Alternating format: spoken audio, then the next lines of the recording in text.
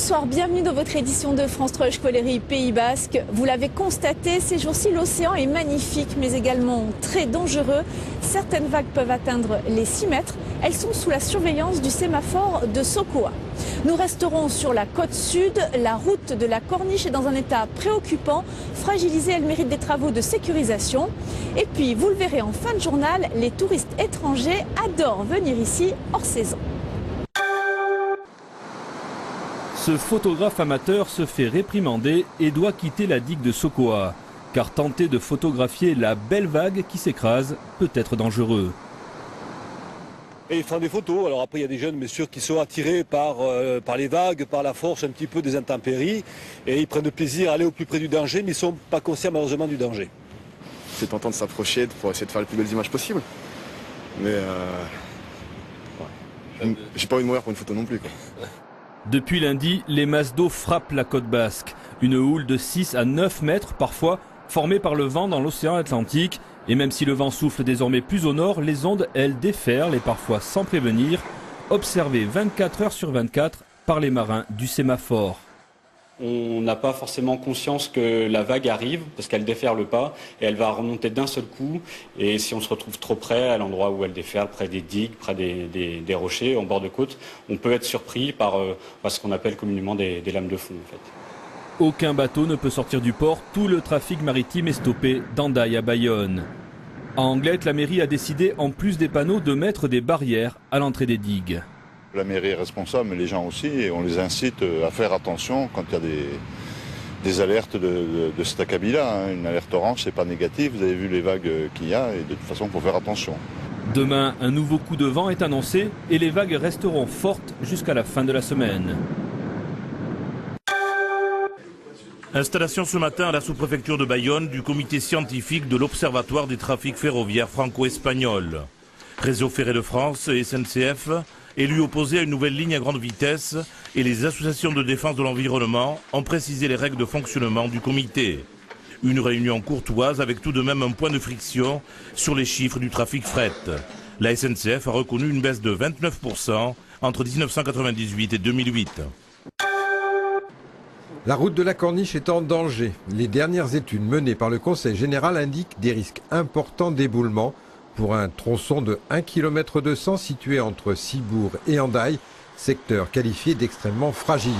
Des effondrements ont déjà eu lieu en bordure de la route, le dernier en 2008. Parmi les causes, l'érosion qui fragilise les falaises, mais aussi le phénomène de cavage.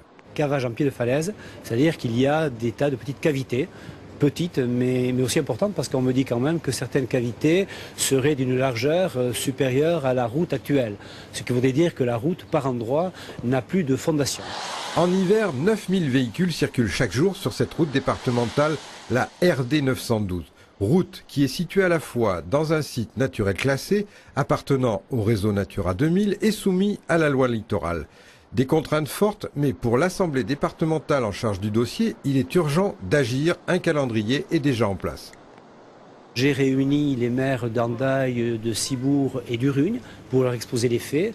Et puis, il nous appartiendra, à l'issue de ce diagnostic, à partir du mois de janvier, de décider de ce que nous devons faire, décision qui sera prise au mois de mai. Reste à trouver une ou des solutions durables. Des études montrent que depuis 60 ans, le trait de côte dans ce secteur recule tous les ans de 15 cm. C'est le capitaine du lycée maritime de Cibourg depuis 30 ans. Enfin, à la retraite, Roger Kittic prend le large.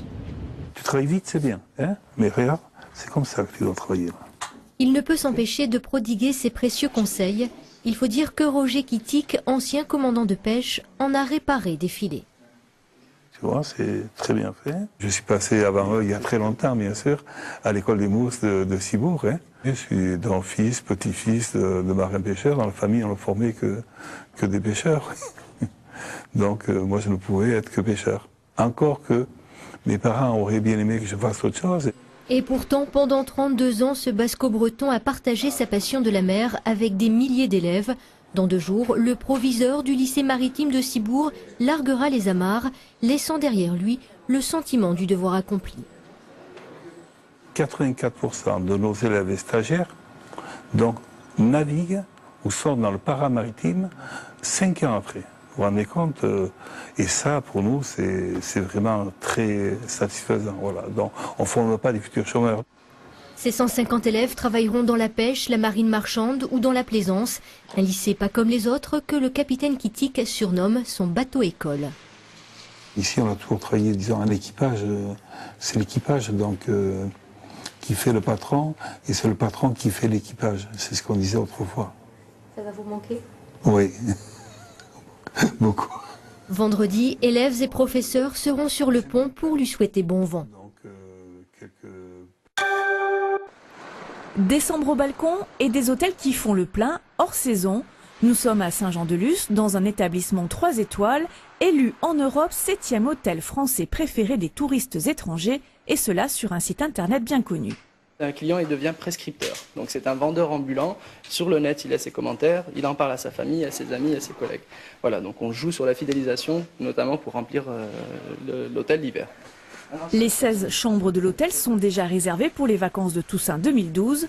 La clientèle étrangère se plaît à Saint-Jean-de-Luz. Nous voulons visiter la France et nous avons de la vacance 3 jours maintenant. C'était un lieu que nous pensons que sera bien. Je suis venu ici pour le travail, c'est un superbe endroit. Pour l'Office de tourisme, la stratégie commerciale est bien rodée pour attirer les touristes dans la cité corsaire, hors saison aussi.